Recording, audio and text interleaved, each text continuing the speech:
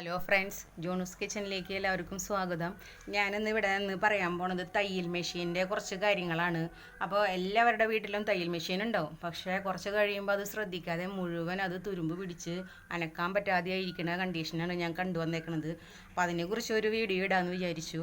അപ്പോൾ ഞാൻ ആദ്യമായിട്ട് പറയാൻ പോകുന്നതെന്ന് വെച്ച് കഴിഞ്ഞാൽ, ഈ തയ്യൽ മെഷീന് ആദ്യം തന്നെ നമ്മൾ എല്ലാ ദിവസവും ഓയിൽ കൊടുക്കണം. ഞാനിവിടെ മേടിച്ചതാണിത്, ഈ ഓയിൽ. ഇത് നമുക്ക് ആദ്യം തന്നെ ഇതിന് എല്ലാ ഹോളുകളിലും നമുക്ക് ഓയിൽ കൊടുക്കാം.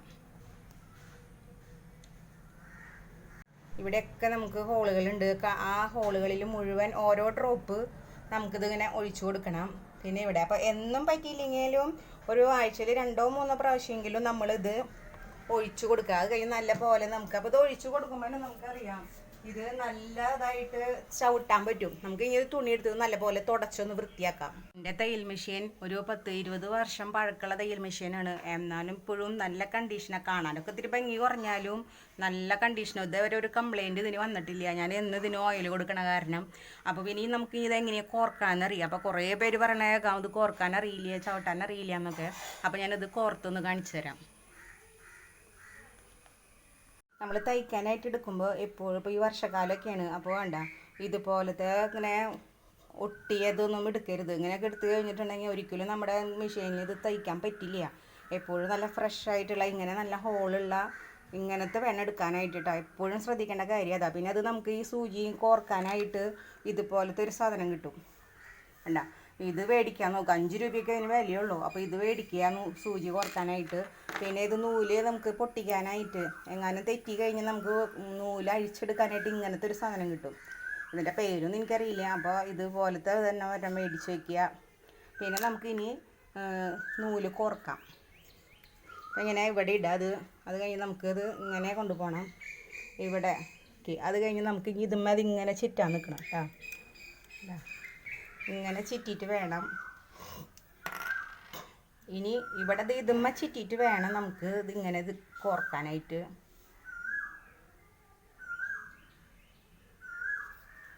ഉണ്ടോ? ഇങ്ങനെ കോർത്തിട്ട് പിന്നെ ഇതുമ്മ ചുറ്റുക. അത് കഴിഞ്ഞിട്ട് വേണം നമുക്ക് ഈ സാധനം കൊണ്ട് നമുക്ക് കോർക്കാം. ഇതിലൊരു ഹോളുണ്ട്. ഇത് ഈ സൂചിയുടെ ഉള്ളിലേക്ക് കടത്തിയിട്ട് നമുക്ക് എടുക്കാം. ഇത് ഇങ്ങനെ ഇട്ട് ഇതിൻ്റെ ഉള്ളിൽ കൂടെ ഇങ്ങനെ വലിച്ചെടുക്കുക. ഉണ്ടാ, വളരെ സിമ്പിളാണ് ഇതുണ്ടെങ്കിൽ. അപ്പോൾ ഇങ്ങനത്തെ എല്ലാവരും മേടിച്ച് വയ്ക്കാൻ നോക്കുക. അത് കഴിഞ്ഞ് നമുക്കിതിങ്ങനെ പൊന്തിക്കാം. ഇനി നമുക്കിതിൽ നൂലടിക്കാനായിട്ട് എല്ലാവർക്കും അറിയാൻ തോന്നുന്നു. ഞാൻ ഈ ഇതുമ്മ വെച്ചിട്ട് ചെയ്യാറില്ല. ഇതുമ്മ വെച്ച് ചെയ്ത് കഴിഞ്ഞാൽ ഇതിൻ്റെ അത് കളറൊക്കെ പോകുന്നു പറഞ്ഞിട്ട് ഞാൻ ഇങ്ങനെ വെച്ചിട്ടാണ് ഇത് അടിക്കാറ്. ഇതിവിടെ വെച്ചിട്ട് അടിക്കുക. ഇങ്ങനെ വെച്ചിട്ടാണ് ഞാൻ നൂല് ചെയ്യാറ്. പിന്നെ നമുക്കിത് ചെറിയൊരു നൂലിൻ്റെ ഉണ്ട്. നമുക്കിത് ഈ കേസിൽ ഇട്ട് കൊടുക്കാം. ഈ കേസ് ഇങ്ങനെ എടുക്കണം കേട്ടോ. ആ ബോബിൻ ഇങ്ങനെ ഈ കേസിൻ്റെ ഉള്ളിൽ ഇട്ടിട്ട്, ഇതിനെ ബോബിൻ കേസ് എന്ന് പറയും, ഇതിനെ ബോബിൻ എന്ന് പറയും. അപ്പോൾ ഇതിങ്ങനെ ഉള്ളിലേക്ക് ഇങ്ങനെ ഇട്ടെടുക്കുക. ഇനി നമുക്കിതിങ്ങനെ നീക്കിയിട്ട് നമുക്കിനി ഈ ബോബിൻ ഇതിൻ്റെ ഉള്ളിൽ കോർത്ത് ഇട്ട് കൊടുക്കണം. ഇതിലേ കൊണ്ടുപോയിട്ട് വേണം ഇങ്ങനെ ഇട്ട് കൊടുക്കാൻ. ഇവിടെ ഒരു ക്ലിപ്പുണ്ട്, അതിലിങ്ങനെ വേണ്ട ഒരു സൗണ്ട് വെക്കും. അത് ഇട്ട് കൊടുക്കുക. അത് കഴിഞ്ഞിട്ട് നമുക്ക് ഇങ്ങനെ വലിച്ചെടുക്കാം. ഉണ്ടോ? ഇങ്ങനെ വലിച്ചു കഴിഞ്ഞത് കിട്ടും. ഇനി നമുക്കിത് അടച്ചു കൊടുക്കാം. ഇത് ഇട്ട് കൊടുത്ത് നമ്മൾ തയ്ക്കാൻ തുടങ്ങുമ്പോൾ ചിലപ്പോൾ നമ്മളിപ്പോൾ ഞാനൊക്കെ ഇത് ഇപ്പോൾ എന്നും യൂസ് ചെയ്യണതല്ല. ഇത് വല്ലപ്പോഴൊക്കെ ഞാൻ എൻ്റെ ഡ്രസ്സ് മാത്രമേ ഞാൻ തയ്ക്കാറുള്ളൂ.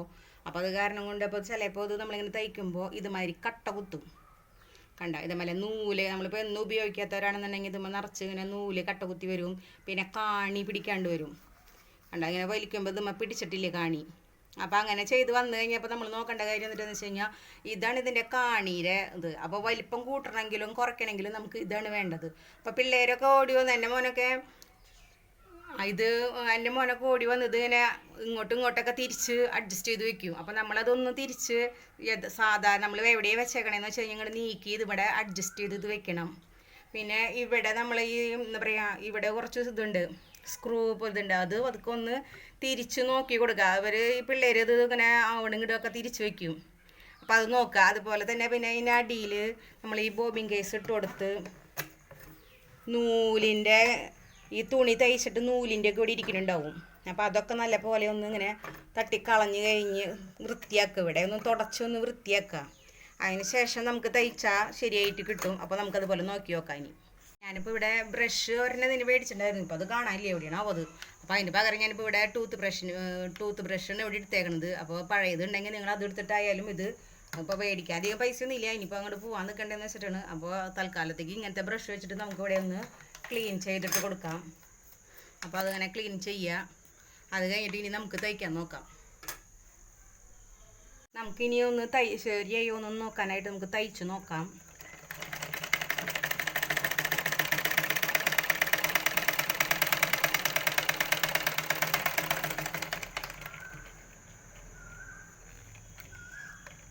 നമുക്കിനി അത് കട്ട് ചെയ്തെടുക്കാം. നോക്കട്ടെ ശരിയായി ഒന്ന്. ഇപ്പം ശരിയായിട്ട് വന്നിട്ടുണ്ട്. കണ്ടാ കാണുന്നുണ്ടോ നിങ്ങൾ? ഇപ്പോൾ ഇത് ശരിയായിട്ട് വന്നിട്ടുണ്ട്.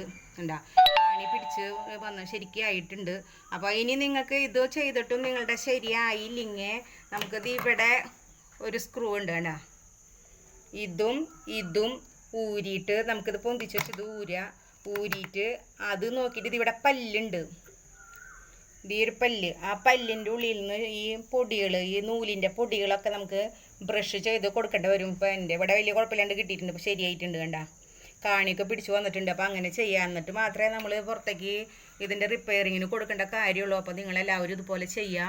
എപ്പോഴും എന്നും നിങ്ങൾ ഈ ഓയിൽ കൊടുക്കാൻ ശ്രദ്ധിക്കുക. പിന്നെ ചിലവർ കണ്ടിട്ടുണ്ട് മണ്ണെണ്ണയും വെളിച്ചെണ്ണയും കൂടി മിക്സ് ചെയ്തിട്ട് ഓയിൽ ഒഴിച്ചു കൊടുക്കുന്നത്.